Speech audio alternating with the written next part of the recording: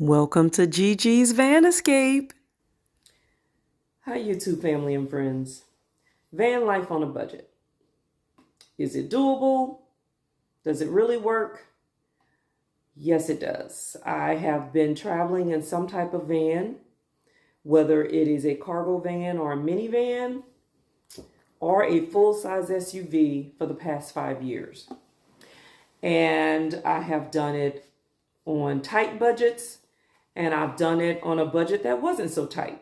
And I'll tell you, after experiencing it both ways, it's just as enjoyable doing it on a budget. And all you need, first of all, congratulations for considering it. It equals freedom, adventure, and just kind of taking life and experiencing it as it comes. So I would suggest that anyone at least try it. And it doesn't mean that you have to go out and buy an RV or even a big cargo van. You can start with what you have, and it's just as amazing.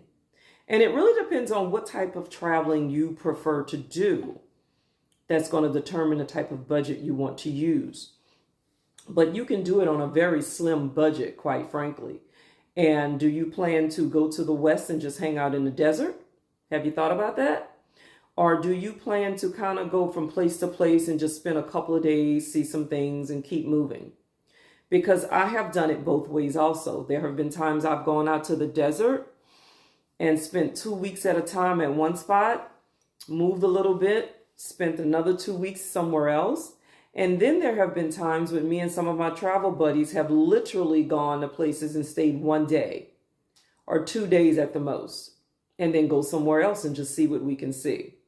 So that's going to determine exactly how you do it. But in either scenario, a comfortable bed is a must. It's a must. Van life means you're going to be driving, which means you need to have a way to have a comfortable sleep. Now, that can be just buying a cot and fitting that in your vehicle, because I had a cot in my minivan. I even had a cot at one point in my cargo van. But in the minivan, I just had a cot and put some memory foam on top of it and had my sleeping bag and some pillows and some blankets. It worked perfectly fine. Or if you can't even get a cot, then you can get a bunch of memory foam, pillows, and sleeping bags. It just depends on you. You can build out a bed, but if you're on a really tight budget, you may not want to build a bed. You may just want to grab a cot. The cot may be more reasonable these days because sometimes plywood to build a bed can be quite expensive. So it just depends. But the bed is a necessity. No matter what you try to do, if you're going to be in a van, you need a comfortable bed. But the really tight budget calls for a bed and at least have window guards or rain guards on your windows. You have to have a way to ventilate and get air, because if it's cold, of course, you'll have your sleeping bag and your blankets. But if it's hot, you're going to need ventilation. Which brings me to my next thing. So we have a bed, rain guards at least to get some ventilation, right? You definitely want to do that. And of course, you got your sleeping bag to help if it's cold. But then if you can help, I call it a toilet or a cassette toilet. Some people get a cassette toilet. But if that's too much money, you can always get a 3-gallon or a 5-gallon bucket, whichever is more comfortable for you. Buy one of those little lids, little toilet lids that go on top. You can get that from a Home Depot. They're not that expensive. And you line it with bags and some type of filler. What, like cat litter? There are things like poo powder. Oh, what are the other names? You have all types of sawdust chips, just different things you can use as a composting material so you want to be able to use it in your vehicle without having to get out in the middle of the night. Take it from someone who has been in some very dark places in the desert, even in some state parks in different places. You don't want to have to get out of your car and go to the restroom in the middle of the night. You really don't want to have to do it. You prefer to be able to do it in your vehicle and just dispose of everything in the morning. A bed, a toilet, a way to ventilate your windows, those are the bare minimums of what you would need if you really want to do this on a budget. But if you also want to, you can get a little power station where you can plug in your phone and plug in some little USB fans.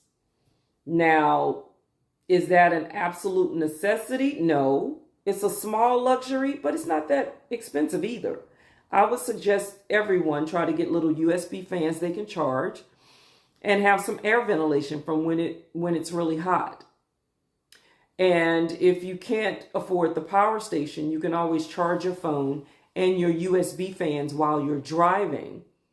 Or you can get one of those little cigarette lighter plugs where you can plug in little USB devices into it, and it'll be charging while you're driving. On a budget. On a budget. And that's really your main things. A bed, a way to use the bathroom. Now, some people are going to say, hey, that's not really a necessity. I can get out and use the bathroom. Yes, you could. I'm just saying, to make it a little more comfortable, you may want to at least be able to use the bathroom in the vehicle, because it is van life. And there are going to be times you're going to be places that are going to be very dark and you don't want to have to get out in the middle of the night. So a bed, some way to use the bathroom, definitely some way to ventilate the windows, bare necessities. If you're able to, get a power station. It doesn't have to be a big one, just to charge your phone and to be able to charge your little USB fans. On a budget, depending on how you're moving, you can do it with a cooler. My first 2 years on the road, I used a cooler. And that's when I was going to spend time in the desert. I would just change out the ice whenever I went into town, right? Now, when I had a cooler, I couldn't sit still for 2 weeks, obviously. But it was cold, so the ice would hold up for a while. And I would just insulate my cooler with like Reflectix to help hold in the cold. But I would usually, when I had a cooler, sit still for maybe 4 or 5 days at a time at the most. And then I would have to go into town and change out my ice. But then I was very strategic. I would have things like tuna and crackers, little tuna packets. Things that were more, had more shelf life. And the meats that I had, I was very strategic about it. I wouldn't keep meats for a long time in a cooler. So I would cook things up and just kind of eat that and have leftovers the next day, things like that. But you can do it on a budget. I've been doing it for 5 years. And I'd like to say, except for the vehicle, because I've had high tops and different types of vehicles. But other than that, everything else was on a budget. But if I had known in the beginning that I would have been okay with starting out with a minivan, I would have done it. I actually started out and went and just bought a van, which there's nothing wrong with that. But if your budget doesn't call for it, it is not necessary. That's what I'm saying. So that's basically it, on a budget. And you can go out and really enjoy yourself. Just kind of see things, meet other people, have a great time. And once you start, I promise you, it will be addictive. And hey, there are so many ways to enjoy yourself when you're on the road. That's not to say that when you're in a van, if there's a day when it's super windy or you're somewhere where the weather's really crazy, hey, maybe you will grab a hotel room from time to time. But the objective is to be able to travel, see, without having to spend too much money. So that's basically it. Van life on a budget. That's really all you need. Everything else is truly a luxury. And as you travel and as you find that you want more, then you can get more then. Okay? So I hope you embark on the journey. I hope you go out and have a great time and just see and live. Because one of the sayings I have is, you might as well live while you are living. All right? Okay, my YouTube family and friends, be blessed, be safe, and until next time, bye.